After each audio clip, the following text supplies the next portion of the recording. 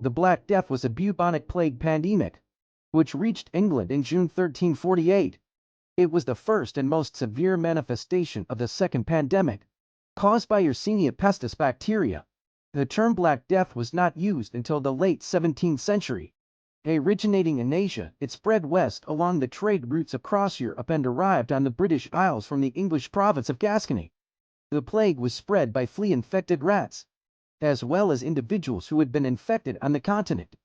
Rats were the reservoir hosts of the bacteria. The oriental rat flea was the primary vector. The first known case in England was a seaman who arrived at Weymouth, Dorset from Gascony in June 1348. By autumn, the plague had reached London, and by summer 1349 it covered the entire country, before dying down by December. Low estimates of mortality in the early 20th century have been revised upwards due to re-examination of data and new information, and a figure of 40–60% of the population is widely accepted. The most immediate consequence was a halt to the campaigns of the 100 Years' War. In the long term, the decrease in population caused a shortage of labor, with subsequent rise in wages, resisted by the landowners, which caused deep resentment among the lower classes. The Peasants' Revolt of 1381 was largely a result of this resentment. And even though the rebellion was suppressed, in the long term serfdom was ended in England.